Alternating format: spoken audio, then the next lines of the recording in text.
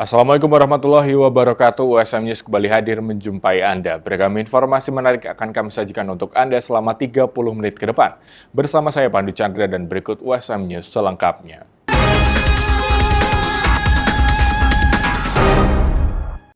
Baru-baru ini, unit kegiatan studi perpajakan Universitas Semarang menggelar workshop perpajakan yang ditunjukkan pada mahasiswa. Kegiatan ini bertujuan untuk meningkatkan pemahaman sekaligus praktik langsung pengisian SPT tahunan. Kegiatan ini menyuguhkan pemaparan materi sekaligus praktik langsung mengenai tata cara pengisian surat pemberitahuan tahunan atau SPT tahunan. Pembina UKM Perpajakan USM Citra Andriani Kusumawati mengapresiasi pelaksanaan workshop yang dinilai mampu memberikan pengalaman praktik kepada mahasiswa, tidak hanya sebatas teori di ruang kuliah. Melalui kegiatan ini, mahasiswa dapat memahami proses pelaporan pajak secara langsung dan nantinya mampu mengedukasi masyarakat terkait pelaporan SPT tahunan. Yang hari ini melaksanakan kegiatan sosialisasi perpajakan yang narasumbernya kami undang dari DJP langsung, dari Kanwil DJP, untuk mahasiswa-mahasiswa yang sekiranya ingin lebih tahu banyak tentang aturan perpajakan, cara pelaporan SPT, dan segala hal tentang perpajakan. Kemudian dari 30 peserta yang hadir kebanyakan adalah dari mahasiswa akuntansi, dan dari mahasiswa akuntansi kami mengharapkan bahwa setelah mengikuti kegiatan ini mereka bisa lebih paham dan lebih tahu tentang perpajakan selain yang didapat dari perkuliahan selama semester ini. Jadi semoga ketika anak-anak akuntansi lulus dari perkuliahan bisa lebih dipakai untuk aturan-aturan perpajakan, pelatihan perpajakan, kemudian digabungkan dengan ilmu akuntansi yang mereka miliki. Saya harap lulusan alumni USM akan menjadi lulusan yang tahu akuntansi dan perpajakan. Sementara itu, Ketua Panitia Safa Setiawardani menjelaskan kegiatan yang mengusung tema sinergi ketaatan wajib pajak dan edukasi mengenai SPT tahunan ini diikuti sebanyak 30 mahasiswa USM dan difokuskan untuk memberikan pemahaman mengenai tahapan pelaporan SPT tahunan secara lebih mendalam. Event hari ini adalah workshop perpajakan dari UKM Perpajakan atau unit KSP. Di sini kita membahas tentang workshop perpajakan mengenai SPT tahunan. Tujuan ini kita untuk memahami dan mengedukasi untuk SPT tahunan lebih lanjut, gimana cara pelaporannya, untuk memahami lebih lanjut gimana tahap-tahap untuk SPT tahunan berikutnya. Dan tema kita mengambil sinergi ketaatan wajib pajak dan edukasi mengenai SPT tahunan. Melalui kegiatan ini, mahasiswa diharapkan semakin sadar akan pentingnya kepatuhan pajak, sekaligus memiliki kemampuan dasar dalam pelaporan perpajakan. Presiden Prabowo Subianto meninjau panen raya udang modern di Kebumen, Jawa Tengah. Pemerintah optimis sektor perikanan dapat menjadi salah satu penggerak baru ekonomi nasional. Presiden meninjau langsung proses panen udang faname hingga kegiatan sortir hasil panen sebelum dipasarkan. Presiden juga melihat sistem budidaya modern yang diterapkan di kawasan BUBK Kebumen. Mulai dari saluran air terpadu, kolam produksi, instalasi pengolahan limbah hingga fasilitas pendukung lainnya. Dalam sambutannya, Presiden Prabowo menyampaikan optimisme terhadap potensi industri udang nasional. Menurutnya, Indonesia memiliki peluang besar menjadi produsen udang nomor 1 di dunia. Presiden menyebut 1 hektar tambak mampu menghasilkan hingga 40 ton udang dalam 1 kali panen, dengan harga jual mencapai Rp70.000 per kilogram. Ya, di proyek ini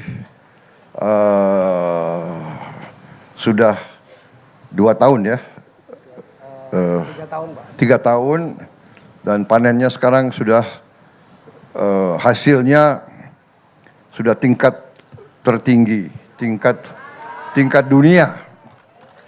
Jadi sangat menjanjikan. Tadi saya diberi laporan 1 hektar bisa menghasilkan 40 ton. Luar biasa, 40 ton ya. Berarti dan harganya sangat bagus. Harganya Paling rendah 70.000 per kilo. 70.000 per kilo. Berarti per ton 70 juta. Ya? 70 juta rupiah. Jadi ini sangat bagus, sangat produktif. Lapangan kerja yang bisa diserap, berapa orang yang kerja sekarang? 650 650. lokal, orang lokal semua. Orang setempat 650 orang bekerja. Kawasan BUBK Kebumen sendiri memiliki 206 petak tambak dengan nilai produksi mencapai sekitar 67 miliar rupiah per siklus atau berpotensi menembus lebih dari 134 miliar rupiah per tahun. Selain meningkatkan produktivitas, kawasan tambak modern ini juga menyerap sekitar 650 tenaga kerja lokal. Pemerintah saat ini tengah membangun proyek tambak udang serupa dengan skala lebih besar di Waingapu, Kabupaten Sumba Timur, Nusa Tenggara Timur, dengan luas mencapai 2.000 hektar. Pemerintah menilai udang menjadi salah satu komoditas strategis nasional yang berpotensi memperkuat ketahanan pangan, sekaligus meningkatkan daya saing ekspor perikanan Indonesia di pasar global. Panen raya ini juga menegaskan komitmen pemerintah dalam mendorong transformasi budidaya tradisional menuju sistem modern berbasis teknologi dan pengolahan lingkungan yang lebih baik. Presiden Indonesia Prabowo Subianto resmi menerbitkan aturan baru terkait tata kelola ekspor sumber daya alam. Kebijakan ini ditujukan untuk memperkuat pengawasan ekspor sekaligus menekan kebocoran penerimaan negara. Presiden Prabowo Subianto resmi menerbitkan peraturan pemerintah tentang tata kelola ekspor komoditas sumber daya alam. Aturan ini diumumkan saat penyampaian kerangka ekonomi makro dan pokok-pokok kebijakan fiskal RAPBN 2027 di DPR RI Jakarta. Melalui kebijakan tersebut, ekspor komoditas strategis seperti minyak kelapa sawit, batu bara, dan ferroalloy wajib dilakukan melalui BUMN yang ditunjuk pemerintah sebagai eksportir tunggal. Presiden Prabowo menyebut kebijakan ini bertujuan memperkuat pengawasan perdagangan komoditas nasional, sekaligus memberantas praktek under invoicing, transfer pricing, dan pelarian devisa hasil ekspor. Pemerintah memperkirakan potensi dana yang dapat diselamatkan dari kebocoran sektor sumber daya alam mencapai 150 miliar dolar Amerika Serikat atau sekitar 2.654 triliun rupiah per tahun. Untuk itu, untuk mencapai tujuan bernegara kita, hari ini, Pemerintah Republik Indonesia yang saya pimpin menerbitkan peraturan pemerintah tentang tata kelola ekspor komoditas sumber daya alam.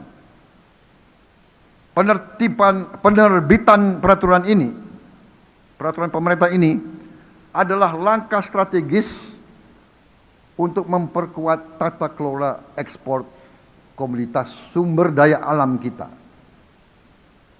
Penjualan semua hasil sumber daya alam kita mulai dengan minyak kelapa sawit, batu bara, dan paduan besi, ferroalloys. Kita wajibkan harus dilakukan penjualannya melalui BUMN yang ditunjuk oleh pemerintah Republik Indonesia sebagai pengekspor tunggal. Dalam artian hasil dari setiap penjualan ekspor akan diteruskan oleh BUMN yang ditunjuk oleh pemerintah kepada pelaku usaha pengelola kegiatan tersebut. Ini bisa dikatakan sebagai marketing facility. Tujuan utama kebijakan ini adalah memperkuat pengawasan dan monitoring, serta memberantas praktek kurang bayar, under invoicing, praktek pemindahan harga, transfer pricing, dan pelarian devisa hasil ekspor. Presiden juga menegaskan sejumlah negara lain telah menerapkan sistem pengawasan ekspor serupa untuk menjaga penerimaan negara dari sektor sumber daya alam. Pemerintah berharap kebijakan ini dapat meningkatkan transparansi perdagangan, sekaligus memperkuat penerimaan negara pada RAPBN 2027. Perajin besek bambu di Desa Kranggan Harjo, Depok Toroh Grobogan kebanjiran pesanan di masa Hari Raya Idul Adha. Bahkan saking banyaknya pesanan yang masuk membuat perajin terpaksa menolaknya. Salah satu perajin besek bambu di Grobogan mengatakan bahwa pesanan besek mulai meningkat sejak 1 bulan terakhir, terutama untuk ukuran yang 18 cm atau untuk daging dengan berat 1 kg. Pengrajin besek, terutama para ibu-ibu di desa Karangharjo, Grobogan, mulai kewalahan menerima pesanan besek dari bambu menjelang Hari Raya Idul Kurban. Salah satunya ada pesanan 500 besek untuk wadah daging kurban. Sedangkan terkait harga, Siswati menyebut untuk per kodi atau 20 pasang harganya Rp65.000. Siswati mengungkapkan para pemesannya tidak hanya dari wilayah Grobogan saja, tetapi ada beberapa pelanggannya yang datang dari luar Grobogan, seperti dari Pati, Kudus, Blora, dan Semarang. Selain menerima pesanan besek untuk wadah daging kurban, juga menerima pesanan besek untuk hajatan. Ya bisa, itu kan plastik mahal ya Pak ya. Semoga pembeli moralis sama beli besek Pak. Banyak Pak, dari Purwodadi ada, dari Godong ada. Yang terjual itu ya datang yang pemesan Pak. Yang bikin dapat 30 biji Pak seharinya. Kalau pembeli ya belinya banyak, kadang 300, kadang 200, 100, 1.200 Pak. Lakunya rata-rata ya 1.000 maksimal. Harapannya pembeli plastik kan mahal ya Pak ya, harusnya beralih sama beli besek, bisa maju gitu pengrajin besek. Ini tadi beli besek di tempatnya bakul sini, bakul lokasi tempat pengrajin. Ini di Desa Sugian, tepatnya di Dusun Godongan. Ini kebetulan kami dapat pesanan dari beberapa produsen tape. Selain tape, ini ada juga untuk daging kurban, panitia kurban itu butuh juga kemasan besek untuk kemasan daging.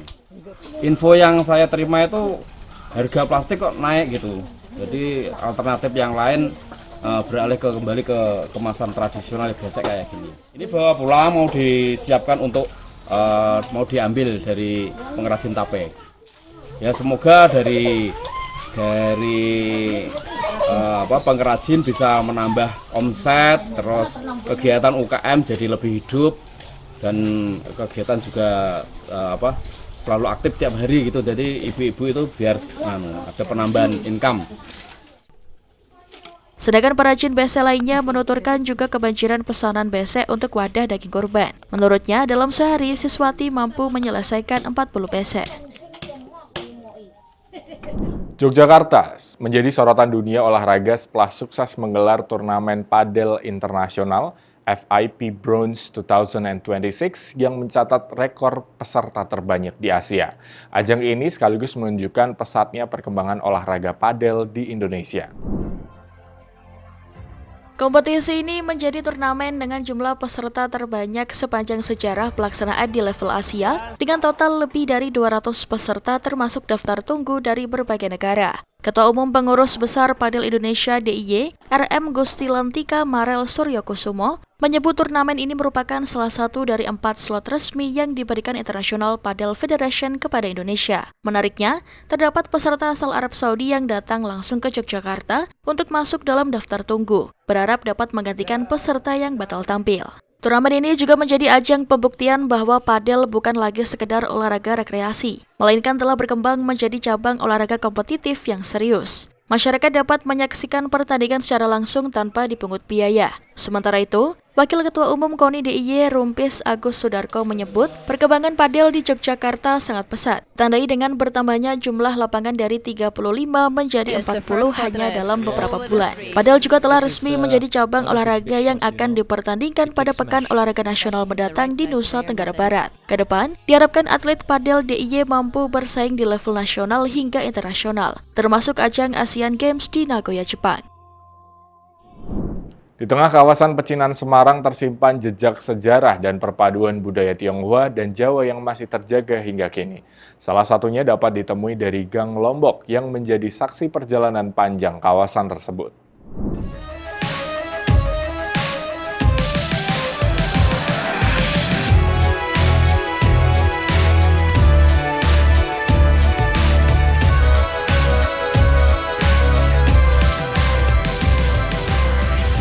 Di balik gang kawasan pecinan Semarang, waktu seolah tertahan. dinding-dinding tua, dan deretan rumah toko menjadi saksi bisu pertemuan dua budaya yang telah berlangsung sejak ratusan tahun lalu.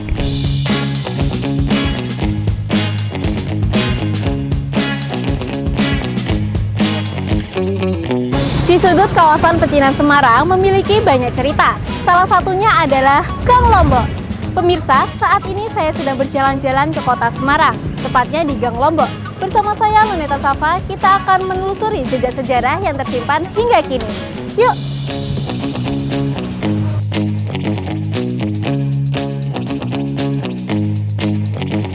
Pemirsa, kalian tahu, kawasan di Pecinan Semarang dikenal dengan nama Gang Lombok. Nama tersebut berasal dari aktivitas perdagangan di masa lalu ketika wilayah ini menjadi pusat jual beli lombok atau cabai yang ramai pada masanya. Tempat ini terkenal sebagai ikon budaya Tionghoa Jawa, rumah bagi kelenteng tertua, dan pusat lumpia legendaris.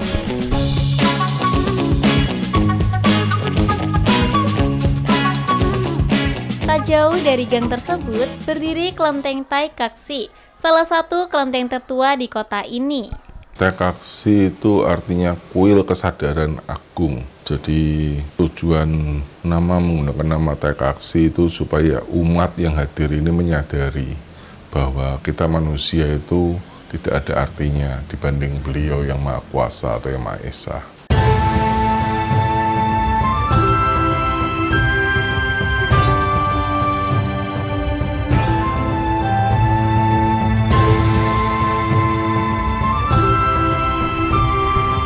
Di halaman depannya, berdiri kokoh patung Laksamana Cheng Ho, seolah menjadi penjaga sekaligus pengingat akan jejak hubungan panjang antara budaya Tionghoa dan Nusantara.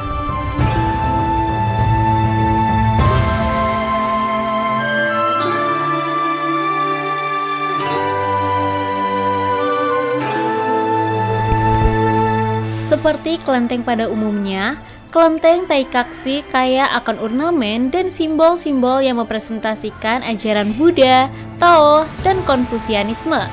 Bangunannya yang beratap melengkung dengan dominasi warna merah menjadi penanda kuat identitas budaya Tionghoa, sekaligus saksi bisu perjalanan sejarah kawasan ini. Sejak masa kolonial, kawasan Pecinan Semarang menjadi pusat permukiman dan perdagangan komunitas Tionghoa.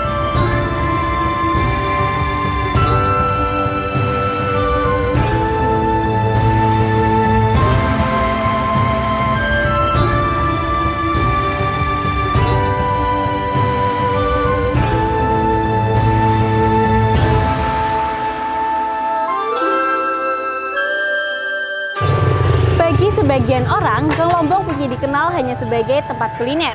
Namun, di tempat ini memiliki cerita tentang pertemuan dua budaya. Dari kota Semarang, Luneta Safa dan Mardika Putra melaporkan.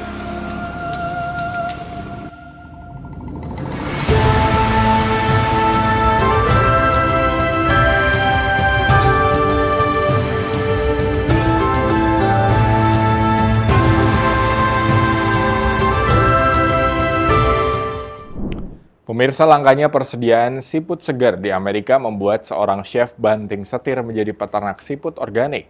Peconic Escargot di Long Island, New York merupakan satu-satunya peternakan siput yang mengantongi sertifikasi Departemen Pertanian Amerika Serikat dan menjadi pemasok berbagai restoran ternama di berbagai penjuru negara ini.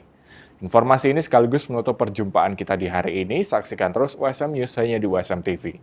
Saya Pandu Chandra dan seluruh kru yang bertugas pamit undur diri. Terima kasih. Wassalamualaikum warahmatullahi wabarakatuh.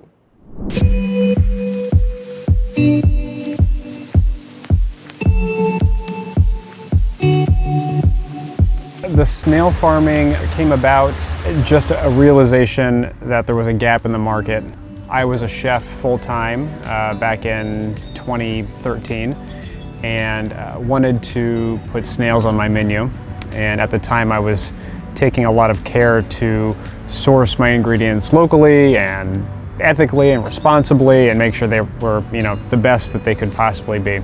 And I wanted to do a snail dish, an escargot dish. And so I started looking to see if I could find some snails for this dish, and all I could find were canned or frozen snails.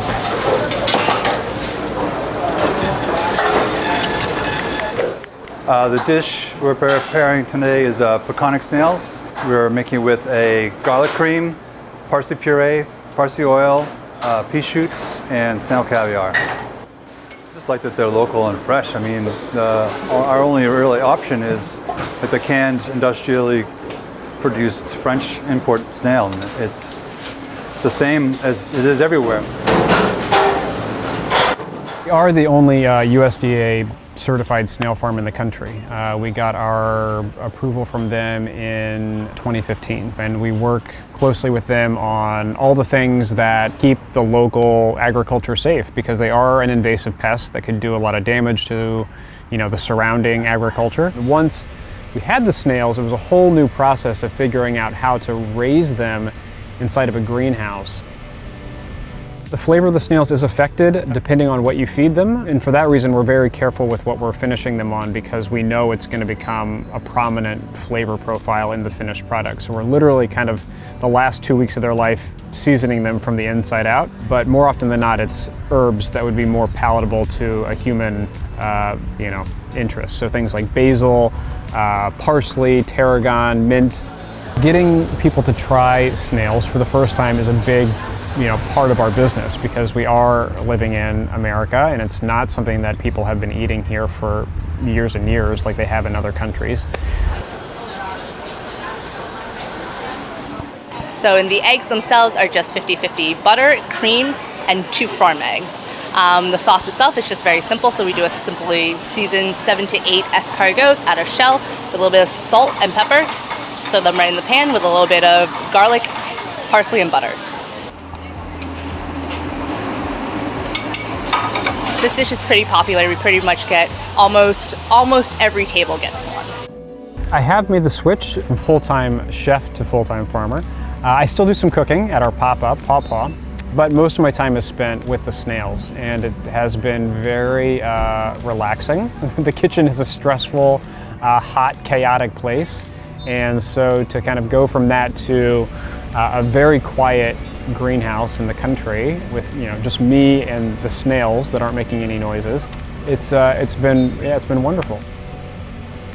What I love about snail farming, I think, is seeing the entire process. Being full-time chef, I was only kind of catching the product at its end stage, and I was preparing it and sending it out to be eaten. With this, you're literally seeing life, and then you're creating a product, really quality, something you can, that I'm proud of, and then kind of passing it off along to the chef.